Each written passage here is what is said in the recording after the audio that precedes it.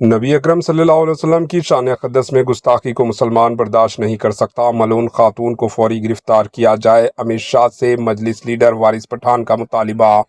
مہاراشٹر کے آل انڈیا مجلس اتحاد المسلمین کے لیڈر وارث پٹھان نے کہا کہ ہم مسلمان نبی اکرم صلی اللہ علیہ وسلم کی شان اقدس میں گستاخی کو کبھی بھی برداشت نہیں کر سکتے۔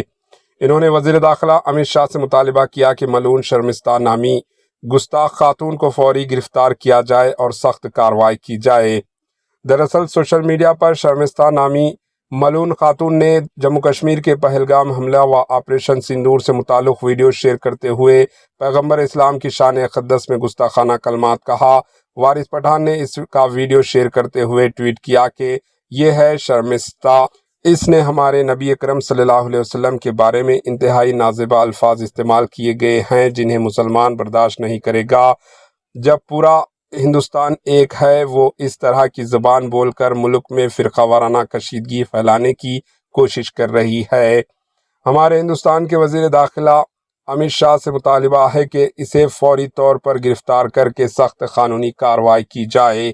Bureau report, AHN news.